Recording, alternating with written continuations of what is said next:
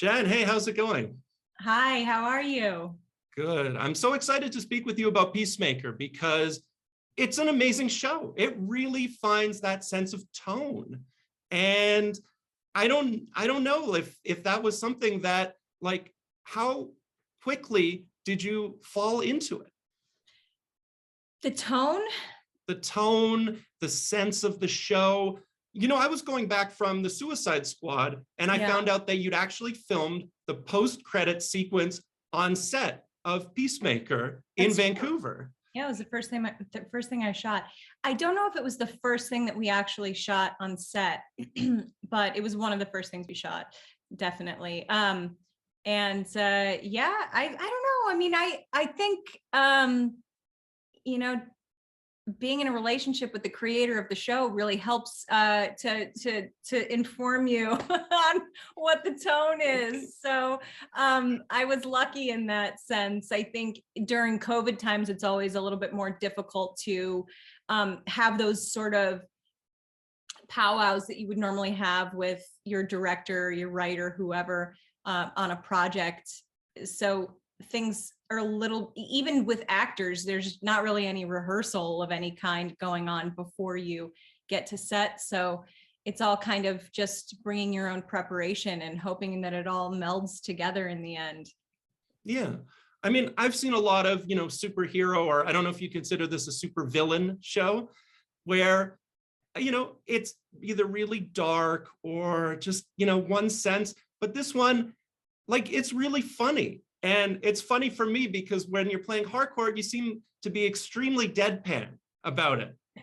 Does that help to sort of inform the comedy of the scene? Well, yeah, I mean, I'm sort of the straight man in this show most of the time. I think we all have certain moments, but Harcourt she's very serious. There's, and it helps that James wants to ground everything in reality. Even though the show has so much larger than life elements to it, he always wants it to feel grounded in reality, even the insane, stupid jokes that are made and everything. He wants it to come from a real place. So it helps knowing that that's the template for everything, that I just have to play a real person and I'm going to be in the same show as everyone else, basically, I think you really hit the nail on the head there, because what I'm trying to say for the tone, that it's kind of a ridiculous show in one way, Right. but it is based in reality. At no point, I believe that this actually could be happening. Yeah. Even your fight in the first episode, it just feels like it comes from like a natural place. So, you talked about how, when you're playing Harcourt in the Suicide Squad, it was sort of one way. What do you ground the character in? How do you fall into the character? Well, whenever I'm diving into a character and I have this much time to explore, what makes the character who they are, I do extensive work on their life before these moments, because that's what informs who we are as human beings. So it's important to understand what makes her who she is, at least for my own, knowledge, just so that when I'm talking about my past, or, when anger comes up or there's a trigger of some kind, that it's coming from a real place of something, and you're not just acting angry or you're not acting sad or whatever the emotion is. So that's sort of my process, is building a backstory of who the person is. And for Harcourt, it was the challenge of making sense of why she's so cold and closed off, and what is the reason for this big wall that she's built up, and why doesn't she have any friends, and why isn't she why doesn't she wear her heart on her sleeve, and what are all the reasons behind that? And for me, that was because she, as long as she's been, it's even a child, not even an adult, but just as long as she can remember, her life has been this life because her father what I believe is that her father did what she does now, to some degree, and that's why she wanted to get into the line of work that she's in. He got her into it. I think you find out in episode 3 that she got her first Glock when she was 12 years old. So kind of drawing off of that information, I had to come up with a reason that makes her who she is, right? And for me, it's that she has seen so much death. She's killed so many people. That's just what her job is. And she has to be able to do it all without blinking an eye and without it tearing her apart inside. Because if you're not a sociopath, like maybe Vigilante is, you can't just kill people and watch people that you love die and do all of the crazy things that she does for a living without blocking yourself off to the, allowing it to penetrate you, if that makes sense. So she has to protect herself. And it's also a liability in this line of work to have emotional attachments to other people, and to have something to lose, I think is not a good thing when you work in her line of work. She takes her job very seriously. And so, yeah, those are all the things that I explored when I created who she is. Wow. How about the fan reaction? Because the fans are really, really enjoying the show. It's been kind of just a joy for me, because I think when you're releasing anything that you've done, whether it's something you've created or something that you're just acting in, it's an incredibly vulnerable experience, because you've really just poured your heart and soul into something. You've really given it your all. There's no saying, oh, well, I didn't try very hard, so it doesn't matter if you don't like it. Like, we all tried really hard to create something that that people would that would take people on a ride, and that people would connect to, hopefully. And so releasing it out there into the world is terrifying always. And a lot of times people just don't get it. They don't like it. And this specifically was a big swing, when every once in a while you see some review that says something like, oh, it's nothing new. And I'm like, how is that what you get from this show? I don't get it. It's really everything new. It is very, very unique. And because of how weird and unique it is, it made it that much more terrifying to put it out into the world, because you just don't know if people are ready for it. I think when people first saw James's Super back whenever he released that, there was a small contingent of diehard fans that totally got it and thought it was amazing. But to some degree, the world wasn't ready for that movie. I think it's found sort of a resurgence in recent years, because it's now this thing where people are like, oh my gosh, this is amazing. How did I not know this existed?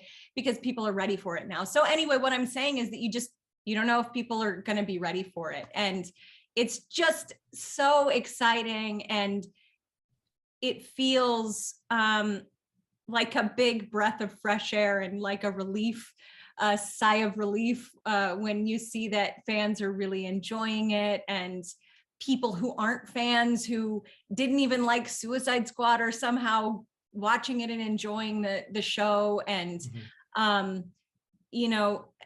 just all kinds of different people who are connecting to some different part of what the show is. And it's just been amazing. And I'm always like, I'm terrified, because you just never know what can happen tomorrow, but I'm really enjoying it while it's happening right now. And I'm just so grateful that people are seeing the depth of what the show is, and not just the surface of what the show is, because at the surface, the show can be seen as this rompy, silly, goofy, wild time, but it's really a nuanced character study, and a lot of people are noticing that, and it's affecting them, and it's really just a joy for me.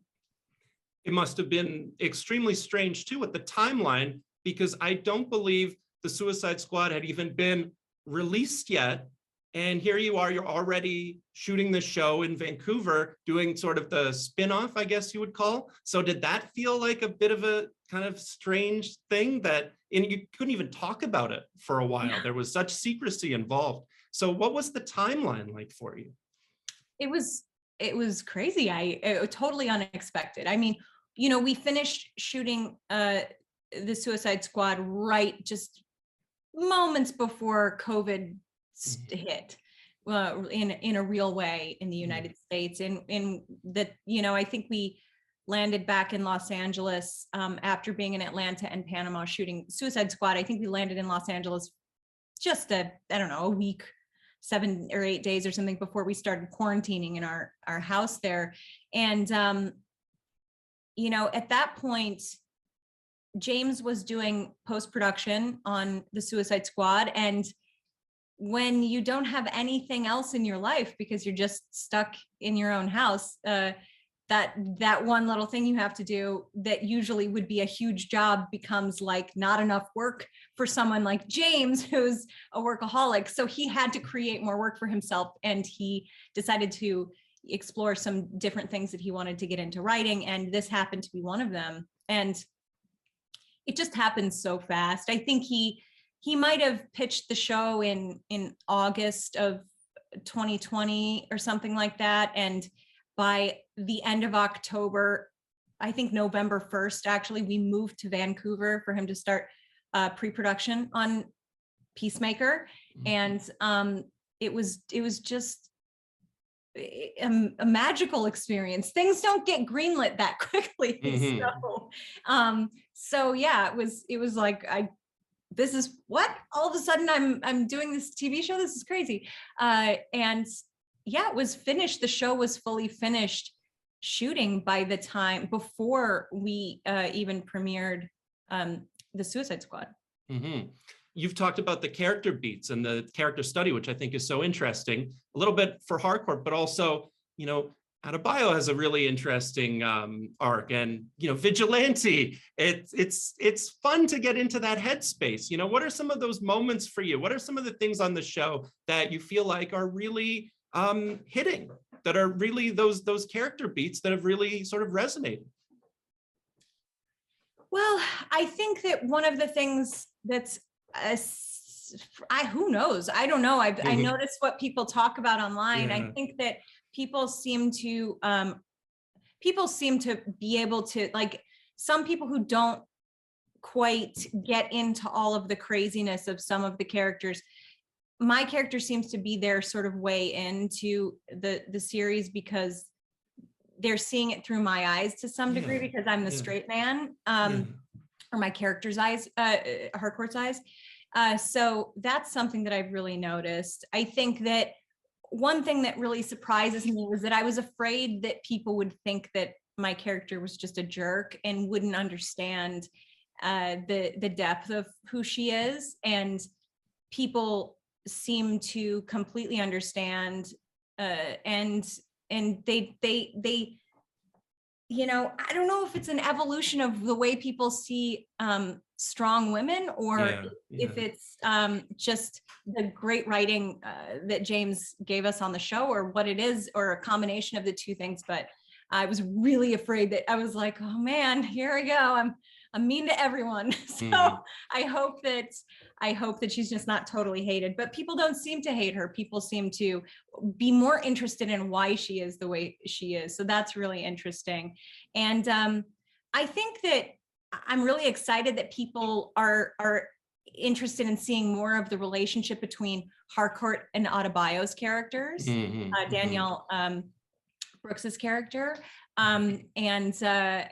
You know, I think that the thing that is really cool about the show is that all of the characters have a pretty clear arc in the series, and everyone sort of gets their own story. So, you know, we're so lucky to have James, obviously, as the person who's writing these characters, because he's one of those people who just excels at doing you know, ensembles, and he's able in the series to do an ensemble in a more full way than he's ever been able to do in the films that he does, because he's just has more time. When he makes these movies, he's got to cut so many things out. So many people's nuanced storylines or performances are all the time, they're just going to get cut. So he was able to really give everyone their full characters that they have in this series. So yeah, I think that people love a lot of the characters for different reasons. It seems like the more Vigilante comes along, I think people are gonna and really have fun with his character. And I hope that everyone's enjoying the ensemble with us all, these crazy characters working together. Mm-hmm. To your point about, you get to deliver some really funny lines and, maybe do it in a deadpan way that we're not expecting, but some of the things that come out of your mouth on the show are incredible. Have you had a favorite line reading, a favorite sequence to shoot maybe? Oh man, gosh, favorite line. Oh man, I don't even know what to say. I can talk about a few things that I really love. There's at the end of the next episode 5, there's a scene that was really important to me.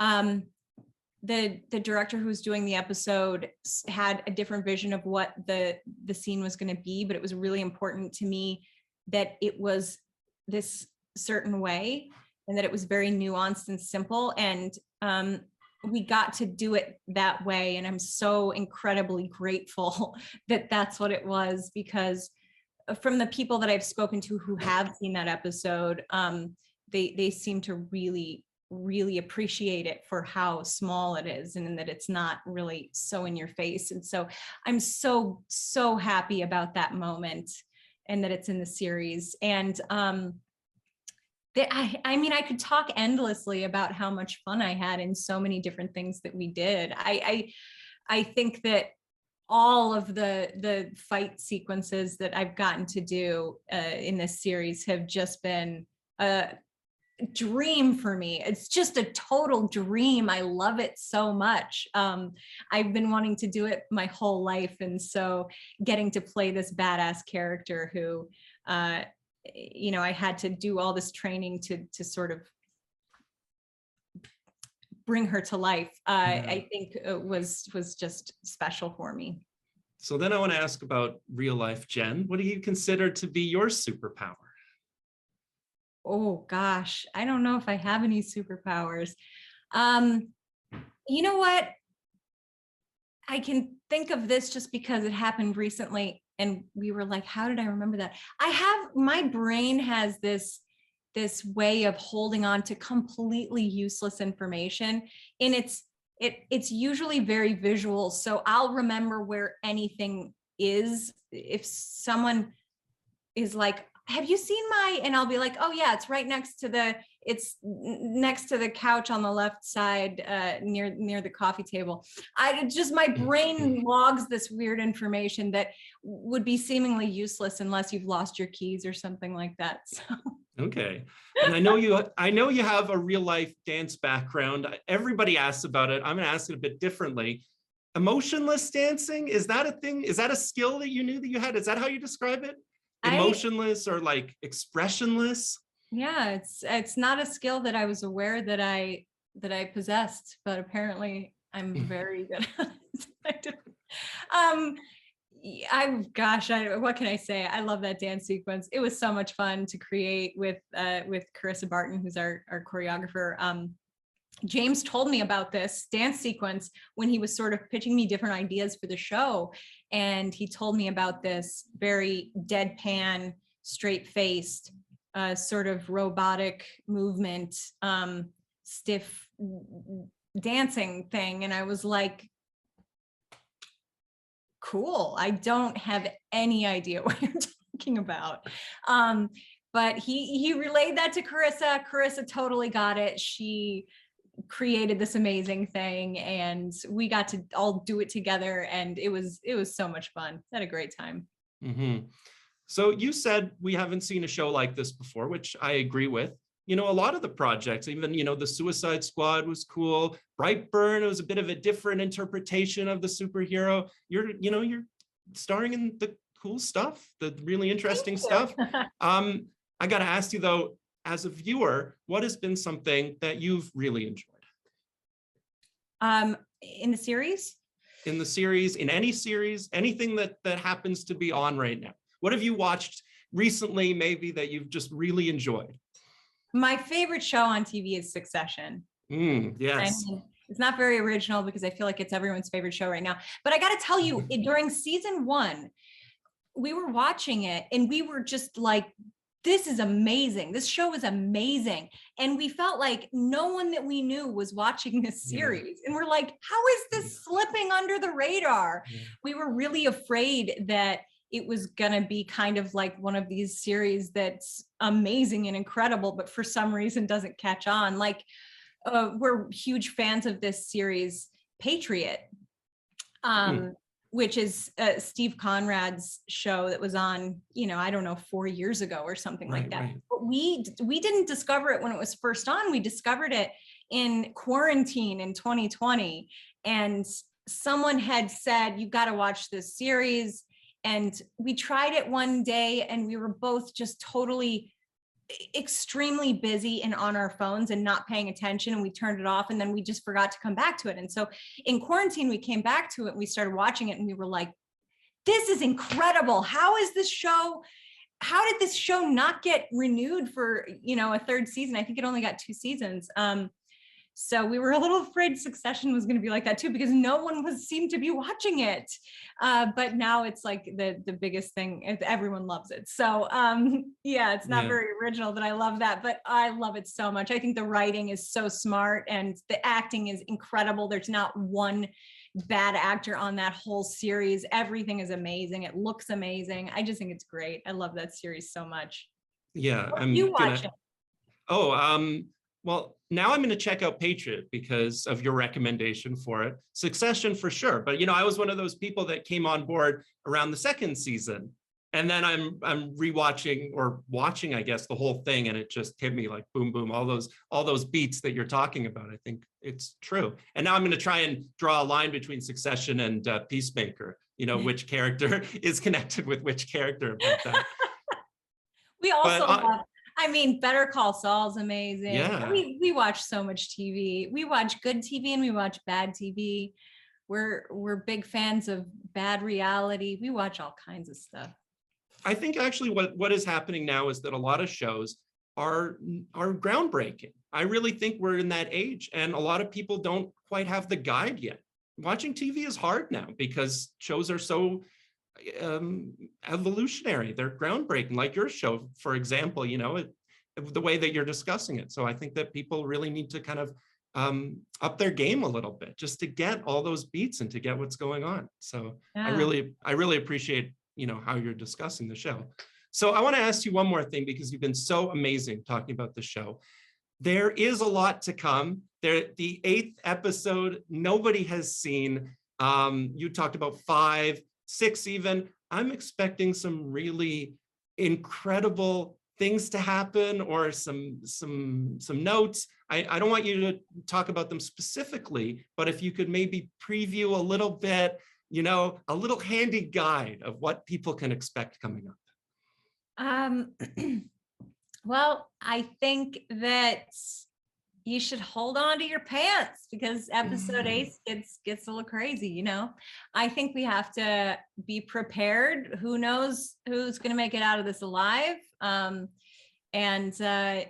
just, I hope you're ready. We do some pretty great, we've got a pretty great fight sequence in 8. It's pretty exciting. And there's a lot going on. Yeah, I can't ask about whether you're going to continue this character in maybe a movie or in another season, perhaps. Everything is touch and go about that, or we'll find out at the time. But how much have you enjoyed for if this is the end of the line, if it's 1 season, of Peacemaker, standing alone. How has it felt to do this? How does this project sit with you? What do you get when you watch it? The whole thing has been a dream. I mean, I don't know what else to say other than that. It's just there's so many things that I've wanted in my career, a full character who's flawed and has, all of the human traits that we do as people, because we're all flawed and we all, sometimes these characters can be larger than life and you can put them on a pedestal, but I've always wanted to play someone who's just as flawed as I am, just as flawed as any other person is. And Harcourt is that. And she's also incredibly strong and sure of who she is in a lot of ways. So she's just a wonderful character. I got to do all of these stunts and fight sequences. And I met some of the most amazing people I'll probably ever get to meet in this business. John Cena is incredible. Daniel Brooks, James brings along a bunch of his great crew members. We had just an incredible set. I feel so grateful for the whole experience. I feel like gratitude is just oozing out of my body right now. But truly, I just am so grateful for the experience, and I had so much fun doing it. And I'm having so much fun watching it, even more now, now I'm thinking about Succession and people coming to it. And I like that. I like that it's a challenging, fun, realistic, off the wall, everything show. And it's been such a pleasure hearing from you. Thank you so much. Thank you so much.